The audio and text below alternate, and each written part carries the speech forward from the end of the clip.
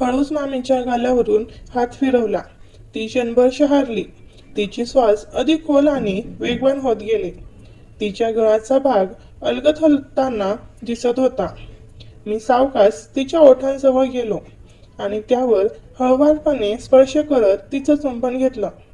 मामीने डोळे मिटले, जणू त्या क्षणात पूर्णपणे विरघळून गेली. मी तिच्या गालावर प्रेमाने ओठ टेकवले. हळूहळू तीही प्रतिसाद देऊ लागली. माझा हात तिच्या साडीच्या पदराशी गेला आणि तिच्या गळ्याच्या आसपास स्पर्श करत राहिला. पण त्या क्षणातच दाराजवळ पावले ऐकू आली.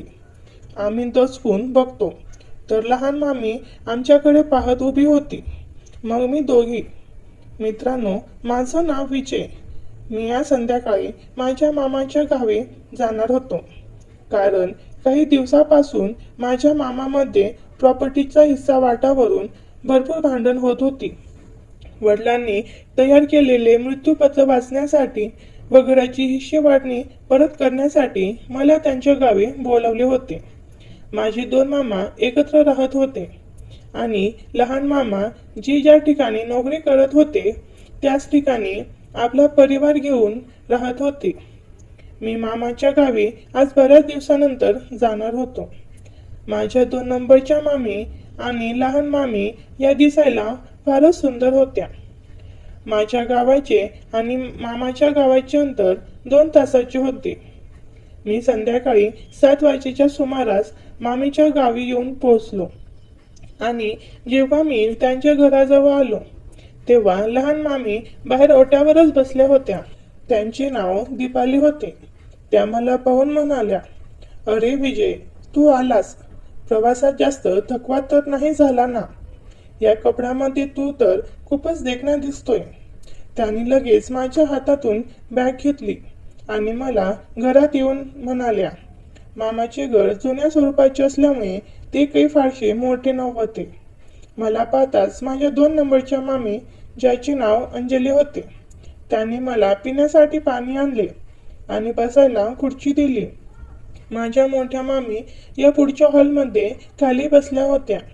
त्यांच्या चेहऱ्यावरून त्या फार साध्या भोळ्या वाटत होत्या आणि त्यांचे नाव दीपाली होते. मग पूजा वहिनी म्हणजेच माझ्या 2 नंबरच्या मामी यांनी माझ्यासाठी चहा बनवला. सगळे मामा हे घरीच होते.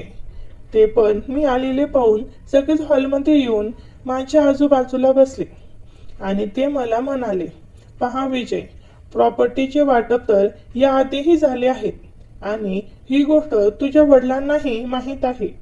पण आम्हाला यात अडचण अशी आहे की तुझ्या वडिलांनी केलेले हे वाटप तू आम्हाला सगळे वाचून दाखव आणि ही प्रॉपर्टी आमच्या नावावर कशी होईल यासाठी आम्हाला काय काय करावे लागेल सगळी माहिती तू आम्हाला सांग, जेणेकरून आम्हा भावांमध्ये कोणतेही भांडण होऊ नये."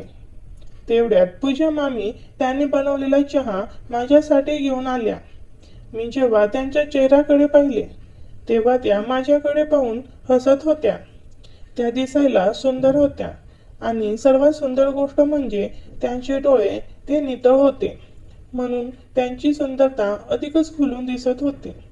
जेव्हा मी त्यांच्या हातातून चहा घेत होतो तेव्हा माझे लक्ष त्यांच्या अशा ठिकाणी गेले की ते मी तुम्हाला शब्दातही सांगू शकत नाही. कारण पूजा मामीच्या साडीचा पदर साईडला आला होता. त्यांच्या वरच्या बाजूचा उकाव उघडाच होता आणि त्यांनी आत घातलेल्या कपड्याची लाल पट्टी मला स्पष्ट दिसत होती. मग माझा चहा घेऊन झाल्यानंतर मोठ्या मामींनी माझ्याजवळ माझ्या वडिलांनी लिहिलेल्या मृत्यूपत्राची कागदपत्रे वाचण्यासाठी आणून दिली. माझ्या सगळ्यात जवळ म्हणजे माझ्या पायाशेजारी माझी लहान मामी दीपाली बसली होती. ती अधूनमधून तिच्या हातात असलेली अगरबत्ती माझ्या पायावर फिरवत होती. मी अर्ध्या तासात प्रॉपर्टीची वाटणी कशी झाली होती ते सर्व वाचून दाखवले. पण त्यांच्या भांडणाचा मुद्दा आता दुसऱ्या कागदपत्रावर होता. कारण माझ्या वडिलांचे 2 भाऊ होते आणि ते आता जिवंत नसल्यामुळे त्यांच्या प्रॉपर्टीलाही वारस नव्हते. त्यांची प्रॉपर्टी आणि वडिलांची प्रॉपर्टी एकत्र करून हिस्से वाटणी करायची होती. पण त्यांची अट अशी होती की त्यांना वारस म्हणून माझ्या भावांच्या 3 मुलांपैकी एका मुलाने त्यांना दत्तक द्यावे. तेव्हा सर्व प्रॉपर्टी समसमान वाटली जाईल, असा उल्लेख त्या ठिकाणी होता. मग मी मामांना म्हणालो, आता मामा, तुम्ही 3 ठरवायचे आहे की कोण दत्तक जाणार आहे. जो मामा दत्तक जाईल तेव्हाच या प्रॉपर्टीचे समान वाटप होईल. त्यावर 2 नंबरचे मामा मला म्हणाले. हाच गोंधळ आम्हा 3मध्ये होता. ठीक आहे राहुल, तू वाचून सांगितलं, पण माझ्या म्हणण्याचा अर्थ असा होता की जो मुलगा दत्तक जाईल त्याला चुलत वडिलांची प्रॉपर्टी जितकी आहे तितकी एकट्यालाच मिळायला हवी. या प्रॉपर्टीशी त्याचा काहीही संबंध नसावा. मामांचे असे म्हणणे ऐकल्यावर सर्वच आश्चर्यचकित झाले आणि एकमेकांकडे पाहू लागले, कारण माझ्या चुलत वडिलांची प्रॉपर्टी खूपच जास्त होती. मग मी त्या 3 म्हणाले, पहा मामा, हे काम आता तुम्ही 3 ठरवायचे आहे, कारण यात मी काहीही करू शकत नाही. जर कुणी मुलगा त्यांना दत्तक गेला आणि त्यांना स्वतंत्र प्रॉपर्टी हवी असेल तर तेही आपण करू शकतो. पण दोन्ही वडिलांची प्रॉपर्टी एकत्र करून तुम्ही 3मध्ये वाटप करून घेतले तर त्यातच फायदा आहे. तुम्ही रात्रभर विचार करा आणि उद्या निर्णय घेऊन आपण रजिस्ट्रारच्या ऑफिसमध्ये जाऊन प्रॉपर्टीचे वेगवेगळे हिस्से करून पाहू. अचानक लाईट गेल्यामुळे कोणाचा तरी हाताचा स्पर्श माझ्या त्या ठिकाणी झाला. तो स्पर्श माझ्यासाठी वेगळाच होता, कारण अशा ठिकाणी माझ्या आयुष्यात कोणीही स्पर्श केला नव्हता. त्या स्पर्शाने माझ्या शरीरात आग झाल्यासारखे झाले होते. पण माझ्या शेजारी आणि सगळ्यात जवळ लहान मामी म्हणजे दीपाली बसली होती.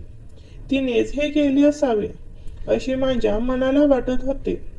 मग 10 मिनिटांनंतर जेव्हा लाईट आली तेव्हा कुणीही आपल्या जागेवर नव्हते. फक्त माझ्या मोठ्या आशा मामी त्या ठिकाणी विचार करत आणि डोक्याला हात लावून बसल्या होत्या. त्यांची आणि माझी नजरानजर झाली. मग त्यांनी हळूच हसून मला म्हणाल्या, जेवण खा ना राहुल, उशीर होईल. मग मी पण त्यांना मान हलवून हो म्हणालो. मग मोठ्या मामींनी सर्वांना आवाज देऊन जेवणासाठी बोलावले. चला सगळे लोक जेवणासाठी या, नाहीतर सगळ्यांना झोपायला उशीर होईल. माझी 3 मामा आणि मी जेवणासाठी खाली बसलो. पूजा मामी आणि दीपाली मामी आम्हा सर्वांना जेवण वाढू लागल्या. आता जेवणात खिचडी आणि कढी बनवली होती. बऱ्याच दिवसानंतर खिचडी खायला मिळाली म्हणून ती फारच छान लागत होती. माझे पोट अगदी गच्च भरले होते. तरी दीपाली मामी मला जबरदस्तीने खिचडी वाढू लागल्या होत्या आणि जेव्हा त्या माझ्या ताटात खिचडी टाकत होत्या त्यावेळी त्यांना जोराची झिंक आली आणि त्यांचा साडीचा पदर खाली निसटला. जे दृश्य माझ्या डोळ्यांनी पाहिले ते मी तुम्हाला शब्दातही सांगू शकत नाही. एवढे सुंदर ते दिसत होते. तेव्हा दीपाली मामींना चूक झाली की विजयने माझ्या अशी कोणती गोष्ट पाहिली आहे. मग त्या माझ्याकडे पाहून हसू लागल्या. जेवण झाल्यानंतर 3 मामा आणि मी बाहेर वरांड्यावर बसून प्रॉपर्टीची विल्हेवाट कशी लावायची याबद्दल चर्चा करत होतो. मग मोठे मामा मला म्हणाले, विजय, आम्हा 3 भावापैकी आम्ही 2 भाऊ आमच्या घरची शेती सांभाळतो आणि हा लहान मामा नोकरी करतो. माझे म्हणणे असे आहे की जर या 2 नंबरच्या भावाला आम्ही दत्तक दिले तर चुलत वडिलांचा वारसही तोच होईल आणि सगळी प्रॉपर्टी समान वाटली जाईल. याच गोष्टीची चर्चा करत होतो आणि ती चर्चा करत करत रात्रीचे 11:30 वाजून गेले. आम्हाला मामांचे घर फारच जुन्या स्वरूपाचे असल्यामुळे त्यात फक्त 3च खोल्या होत्या आणि त्या 3 खोल्यामध्ये मामा आपल्या बायकांसोबत झोपत होते. मग पूजा मामींनी माझ्यासाठी खोलीतच गादी टाकली होती. बसून बसून माझी कंबर ही ताठ झाली होती म्हणून थोडा वेळ गादीवर पडून मी विश्रांती केली. आता सर्वजण आपापल्या खोलीत झोपले होते आणि केव्हाच मध्यरात्री 1 वाजेच्या सुमारास जेव्हा माझे डोळे पाणी पिण्यासाठी उघडले तेव्हा अंजली मामी पाणी पिण्यासाठी त्या ठिकाणी आल्या होत्या. त्यांनाही मामांनी आमच्यामध्ये झालेल्या चर्चेबद्दल सांगितलेच होते. मग त्यांनी मला त्या ठिकाणी आलेले पाहून 2 ग्लास पाणी दिले आणि मी घरात माझ्या जागेवर येऊन झोपलो. मग काही क्षणातच पूज्य मामी माझ्याजवळ येऊन बसल्या. मी ज्या ठिकाणी झोपलो होतो त्या ठिकाणी अंधार होता, पण 0 वॉटच्या बल्बच्या प्रकाशात मामी फारच सुंदर दिसत होत्या. त्यांचे ते नितळ डोळे मला त्यांच्याकडे आकर्षित करत होते. मग मामी माझ्याजवळ बसून मला म्हणाल्या, विजय, तुझ्या आणि तुझ्या मामामध्ये ज्या काही चर्चा झाल्या त्या सगळ्या मला माहीत झाल्या आहेत. तुझा हेतू चांगला आहे, पण तुझे लहान मामा ते तर नोकरी करत आहेत. त्यांना त्यांचा मासिक पगारही मिळतो आणि निवृत्तीनंतर त्यांना पेन्शनही मिळेल. तू असा काही जुगाड कर की तुझ्या चुलत वडिलांची सगळी प्रॉपर्टी आम्हाला मिळावी. तुझ्या मामांनी आयुष्यभर शेती केली आहे आणि शेतीतून माणसाला जितके पैसे मिळत नाहीत तितके नोकरी करणाऱ्याला मिळतात. एकदा का हंगाम हातातून गेला तर परत येण्याची आशा कमी असते.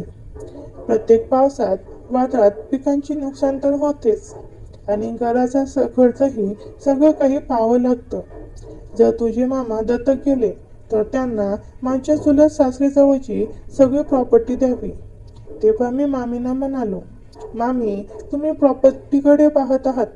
समजा मी हा निर्णय घेऊन मामा यांना सगळं दिलं तरी तुम्ही आयुष्यभर सुखी राहणार नाही, कारण 3 भावाचा हिस्सा आहे. माणसाने बाहेरच्या माणसाकडून काही कामासाठी पैसे घेतले आणि ते परत केले नाहीत तर ती गोष्ट चालू शकते, पण 3 भावांच्या हिश्श्यातील प्रॉपर्टी जर एकट्या माणसाने हडप केली तर आयुष्यभर तो सुखी राहू शकत नाही. अधूनमधून त्याला काही ना काही अडचण येत राहतात आणि अशा प्रकारे तो पूर्णपणे बर्बाद होतो. हे मी तुम्हाला सांगण्यासमोरचेच उदाहरण देत आहे. तेव्हा मामी मला म्हणाल्या, हे सगळं आम्ही नंतर हजम करू, पण तू माझं हे काम कर. मी आयुष्यभर तुझा उपकार मानणार नाही. मामी माझा हात धरून विनवण्या करू लागल्या. त्यांचा हाताचा स्पर्श माझ्या हातांना होताच माझ्या मनात त्यांच्याबद्दल एक वेगळी भावना निर्माण झाली. मग मी मामींना गोंधळात टाकण्यासाठी म्हणालो, समजा मी चुलत वडिलांची सगळी प्रॉपर्टी तुमच्या नावावर केली तर तुम्ही त्या बदल्यात मला काय देणार? मामीने आजूबाजूला पाहिले. त्या हॉलमध्ये फक्त मी आणि मामीच होतो. मामींनी माझे 2 हात त्यांच्या हातात पकडले आणि त्यांना घट्ट दाबू लागल्या. त्या माझ्या डोळ्यात एकटक नजरेने पाहत होत्या. मग त्यांनी त्यांचा एक हात माझ्या केसात टाकला आणि त्या ठिकाणी मालिश करू लागल्या.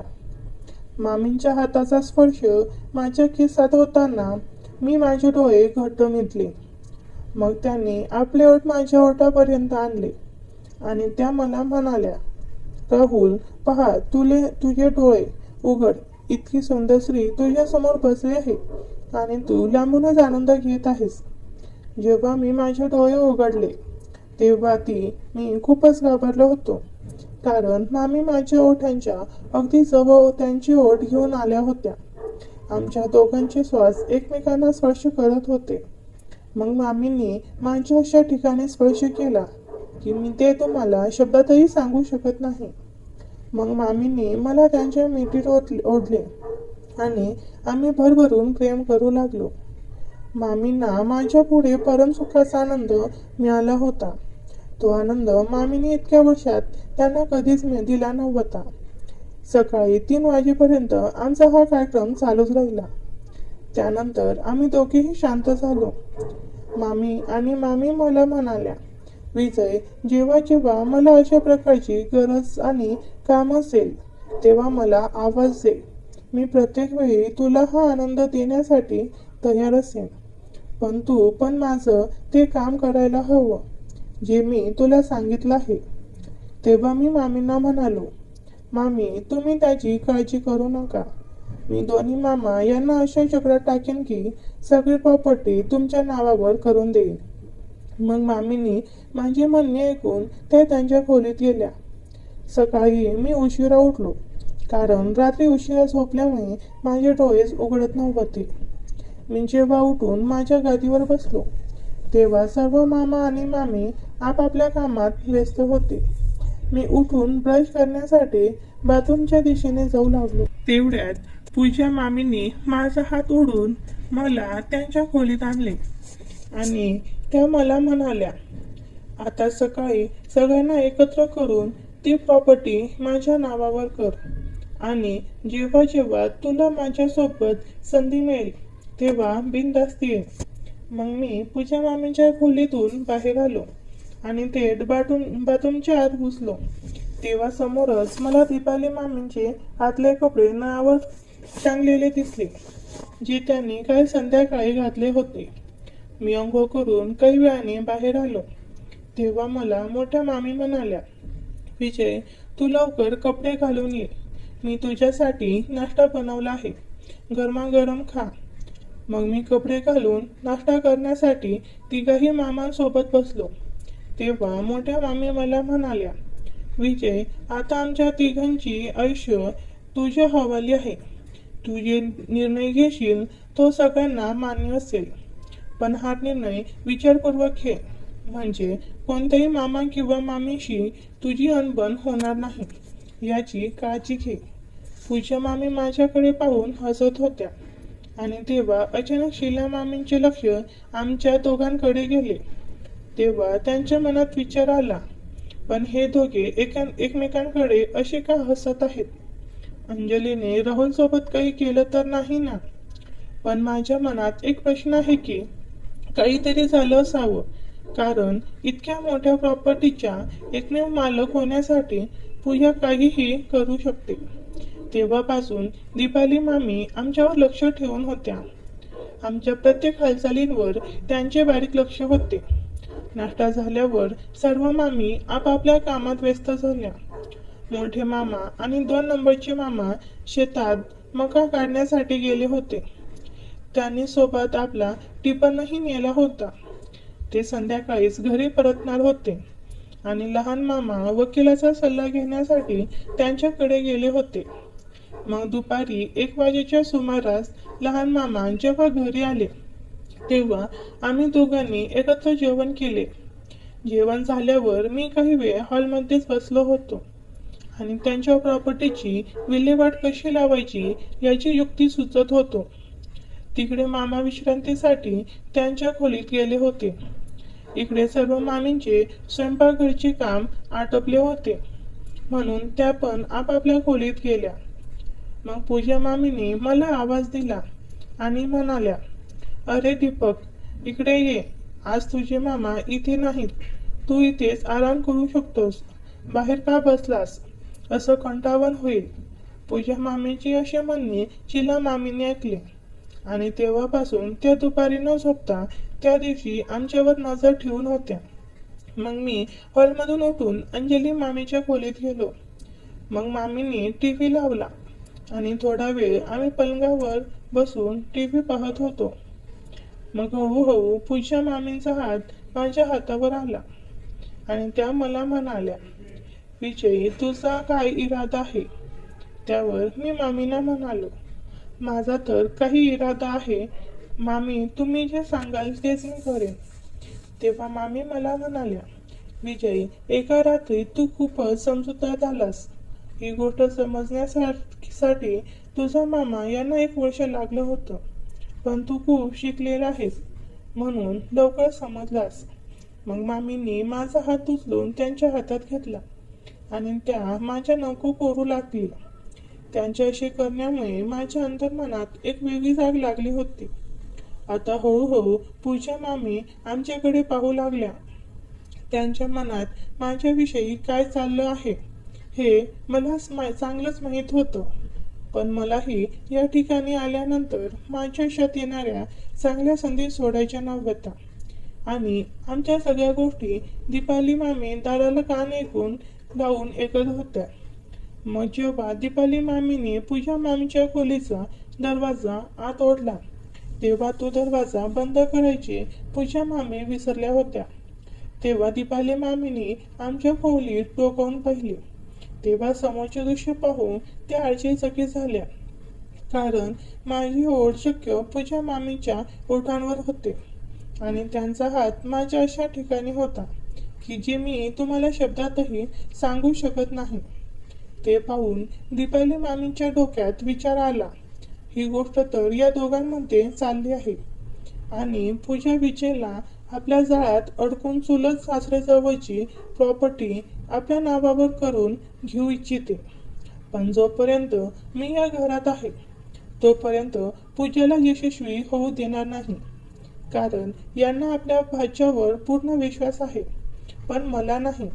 मला पण काहीतरी युक्ती करावी लागेल, तेव्हाच ती प्रॉपर्टी आमच्या नावावर होईल आणि इकडे मी पूजा मामींसोबत आनंद लुटण्यात मस्त होतो. आम्ही दोघेही एकमेकांच्या मिठीत सामावून गेलो होतो. हळूहळू मी आणि पूजा मामी त्या ठिकाणी स्पर्श करू लागलो. मग त्यांनी मला घट्ट मिठी मारले आणि हळूहळू आम्ही दोघांनी आमच्या अंगावरील कपडे बाजूला केले. जे दृश्य मला रात्री दिसू शकले नव्हते ते दृश्य दिवसा पूजा मामींचे इतके सुंदर दिसत होते की ते मी तुम्हाला शब्दातही सांगू शकत नाही. आम्ही चक्क 2 तासापर्यंत एकमेकांसोबत भरभरून प्रेम केले आणि इकडे आम्हाला असे करताना पाहून दीपाली मामींच्या अंतर्मनात माझ्याबद्दल एक वेगळी तरंग निर्माण होऊ लागली होती. त्यानंतर आम्ही दोघांनी आनंद घेऊन शांत झोप घेतली. त्यानंतर संध्याकाळी जेव्हा मामा आले तेव्हाच माझे डोळे उघडले. मग चहा पाणी घेऊन झाल्यावर आमची परत मीटिंग बसली, प्रॉपर्टी कोणाच्या नावावर करावी याबाबत. तेव्हा मोठ्या मामांनी सगळ्यांसमोर एक सूचना दिली, जी मला अगोदरच त्यांनी सांगितली होती की ज्यांना चुलत वडील दत्तक जाईल तो मधला भाऊ असेल आणि त्याची आणि आपल्या वडिलांची सगळी प्रॉपर्टी समान 3 भावांमध्ये वाटली जाईल. मग मी पूजा मामींना शब्द दिला होता की जर 2 नंबरचे मामा चुलत वडिलांना दत्तक गेले तर त्यांची सगळी प्रॉपर्टी त्यांच्या नावावर करायची. मग मोठ्या मामांचा तो प्रस्ताव मी नाकारला आणि त्यांना म्हणालो, मामा, वडिलांची आणि चुलत वडिलांची प्रॉपर्टी यात खूप फरक आहे. त्यांच्याकडे थोडी जास्त आहे आणि आपल्याकडे थोडी कमी आहे.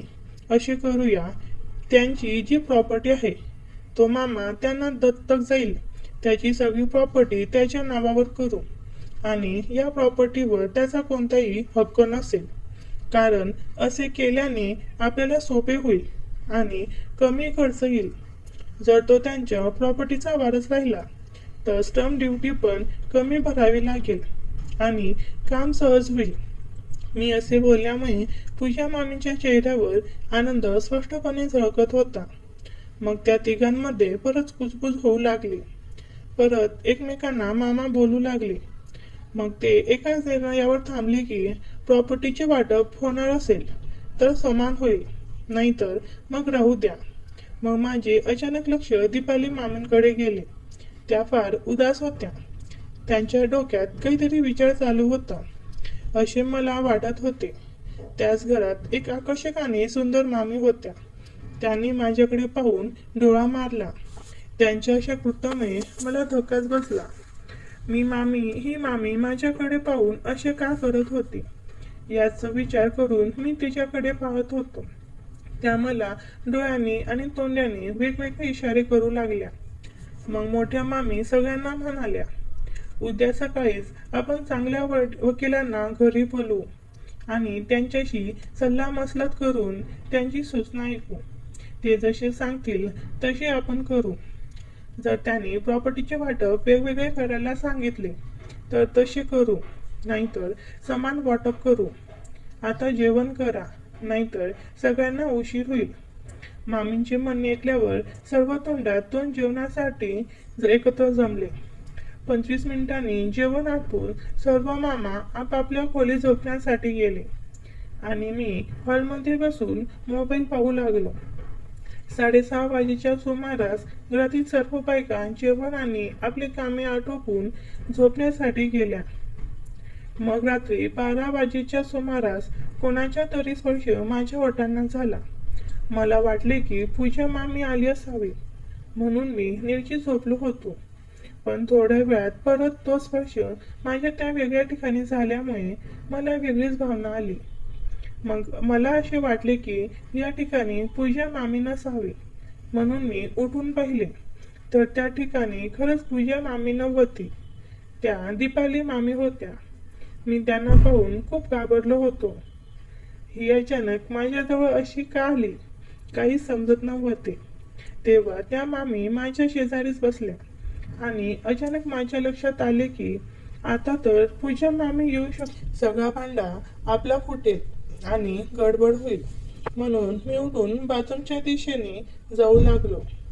तेव्हा दीपाली मामी मला म्हणाल्या, अरे राहुल, इथे जाण्याची गरज नाही, कारण मी आधीच बाहेरून पूजेच्या खोलीचा दरवाजाची कडी लावली आहे.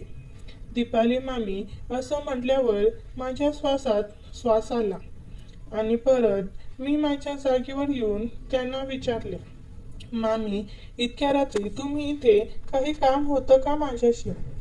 तेव्हा दीपाली मामी मला म्हणाल्या, काम तर खूप आहे तुझ्याशी, पण तू करशील की नाही असा विश्वास तुझ्यावर ठेवणं मला योग्य वाटत नाही. कारण ज्या प्रकारे तू संध्याकाळी पूजेच्या पतीची बाजू घेत होतास, तसंच सगळ्यांच्या बाजूनेही तुला बोलायला हवं होतं. एका भावाला जास्त प्रॉपर्टी देऊन तुला काय मिळणार? त्या बदल्यात पूजाने तुला काय दिलं होतं? तेव्हा मी दीपाली मामींना म्हणालो, असं काहीही नव्हतं मामी, तुम्ही जे समजत आहात ते पूर्णपणे चुकीचं आहे. तेव्हा दीपाली मामी मला म्हणाल्या, पूजापेक्षा कितीतरी पटीने सुंदर आहे मी. जर तू मला मिळवलंस तर तू माझंही काम करू शकतोस, जसं तू पूजेसाठी केलंस. मामीच्या असं म्हणण्यावर मला खूप भीती वाटत होती. या मामींसमोर काय बोलावं काही समजत नव्हतं. तेव्हा त्या मामी मला म्हणाल्या, आता मी तुला जे देईन त्या बदल्यात तुला मला तेच द्यावं लागेल जे तू पूजाला दिलंस, नाहीतर मी सगळ्या घरात तुझा भांडा फोडेन. तेव्हा मी मामींना म्हणालो, तुम्ही असं करू नका मामी, सगळ्या मामा यांना माझ्यावर खूप विश्वास आहे. जर तुम्ही काही उलटसुलट बोलतात तर माझ्यासोबत तुमचंही आयुष्य खराब होईल. तुम्ही जे सांगाल तसं मी करेन. तेव्हा दीपाली मामी मला म्हणाल्या, हे हुशार मुलाचं बोलणं. अचानक मामींनी मला त्यांच्या मांडीवर झोपवलं आणि त्या माझ्या केसांची मालिश करू लागल्या. हळूहळू त्या माझ्या ओठांवर बोट फिरू लागल्या. त्यांच्या बोटाच्या स्पर्शामुळे माझ्या अंतर्मनात वेगळीच आग लागली होती. पूजा मामीपेक्षा दीपाली मामी या अशा गोष्टीमध्ये खूपच हुशार आणि प्रौढ होत्या. त्यांना कोणत्या परिस्थितीत कोणती गोष्ट करायची याची समज त्यांना आधीपासूनच होती. मग त्यांनी हळूहळू माझा चेहरा त्यांच्या दोन्ही हातात पकडला आणि त्यांच्या मखमली ओठांनी माझ्या ओठांना अलगद छेडलं आणि ते चुंबन जसं जसं खोल जाऊ लागलं तसा तसा माझा श्वासही वेग घेत होता. त्या 15 मिनिटात मी स्वतःला हरवून बसलो होतो. दीपाली मामीच्या ओठात काहीतरी वेगळंच होतं. मोह, अनुभवी कोमलता आणि एक हळूवार वेळ. आम्ही दोघंही एकमेकात घट्ट गुंतलो, अगदी देह आणि मनाने. मग त्यांनी जशी जशी आपली साडी बाजूला सारायला सुरुवात केली तसा माझ्या अंगावर रोमांच उसळले. त्या क्षणी मला जाणवलं, अंजली मामीचा अनुभव वेगळा होता, पण दीपाली मामीचं जे काही मी पाहिलं ते पूर्णपणे वेगळंच. ते मी तुम्हाला शब्दातही सांगू शकत नव्हतो. सतत 2 तासानंतर आम्ही एकमेकांसोबत भरभरून प्रेम केले. काही तासानंतर आम्ही जेव्हा शांत झालो तेव्हा दीपाली मामी मला म्हणाल्या, विजय, जर तुला दररोज असा आनंद हवा असेल तर तुला माझं काम 100% करावं लागेल. त्यासाठी तुझे डोकं लावायचं असेल ते लावू शकतोस. पैसे पण हवेत तर तेही मी देऊ शकते, पण हे काम तुला माझ्यासाठी पूर्ण करावं लागेल. तेव्हा मी मामींना म्हणालो, ठीक आहे मामी, मी माझ्या बाजूने पूर्ण प्रयत्न करेन. दुसऱ्या दिवशी मामा वकिलांना घरी बोलावणार होते. त्यांच्याशी मी अगोदर बाहेर भेटून त्यांना माझ्याकडून कन्व्हिन्स केले होते. मग मोठ्या मामांनी वकिलांना सांगितले, ही प्रॉपर्टी त्यांच्या नावावर आहे, त्या प्रॉपर्टीचा वारस तोच राहील. वकिलांनी सर्व मामांचे म्हणणे ऐकल्यावर त्यांनी त्यावेळी उत्तर दिले नाही. ते म्हणाले, मी काही दिवसांनी तुम्हाला फोन करून सांगेन यावर काय उपाय करावा. माझ्या सांगण्यानुसार वडिलांनी सर्वांना तेच सांगितले. तोपर्यंत इकडे मी पूजा मामी आणि दीपाली मामी यांच्यासोबत हालटून पालटून भरभरून प्रेम करू लागलो होतो. मग माझ्या त्या दोघांवरही मन भरून आल्यानंतर मी 2 महिन्याची वकिलांना फोन करून सांगितले. आता तुम्ही माझ्या मामा यांना फोन करून मी जे पद्धतीने तुम्हाला सांगितले होते त्या पद्धतीने त्यांना सांगा. वकिलांनी मामा यांना त्या पद्धतीने सांगितले. मग 2 नंबरचे माझे चुलत वडिलांना दत्तक गेले आणि त्यांची सगळी प्रॉपर्टी त्यांच्या नावावर झाली. आता दोघीही मामींना माझ्याशिवाय चैन पडत नव्हते. मी पूजा मामीच्या घरी केव्हाही जाऊन भरभरून प्रेम करू शकत होतो, पण दीपाली मामींचे तसे नव्हते. त्या बाहेरगावी राहत असल्यामुळे त्यांच्याकडे जाणे मला शक्यच होत नव्हते. पण मोबाईलवर कॉल करून तरी आम्ही एकमेकांशी संवाद साधून आणि ऑनलाईन पद्धतीने भरभरून प्रेम करू लागलो होतो. अशा प्रकारे सर्व मामा यांच्या प्रॉपर्टीची विल्हेवाट लावण्यासाठी मला दोघी मामींनी कन्व्हिन्स करून आपल्या नावावर प्रॉपर्टी करण्याचा प्रयत्न केला होता. तर मित्रांनो, ही होती आजची आमची छोटीशी कहाणी. तुम्हाला ही कहाणी कशी वाटली हे कमेंटमध्ये नक्की सांगा. आणि जर तुम्ही माझ्या चॅनलवर पहिल्यांदाच आला असाल तर चॅनलला सबस्क्राईब करा. पुढे अशाच रोमांचक कहाण्या ऐकण्यासाठी चॅनलला सबस्क्राईब करा. पुन्हा भेटू एका नव्या कथेत. धन्यवाद.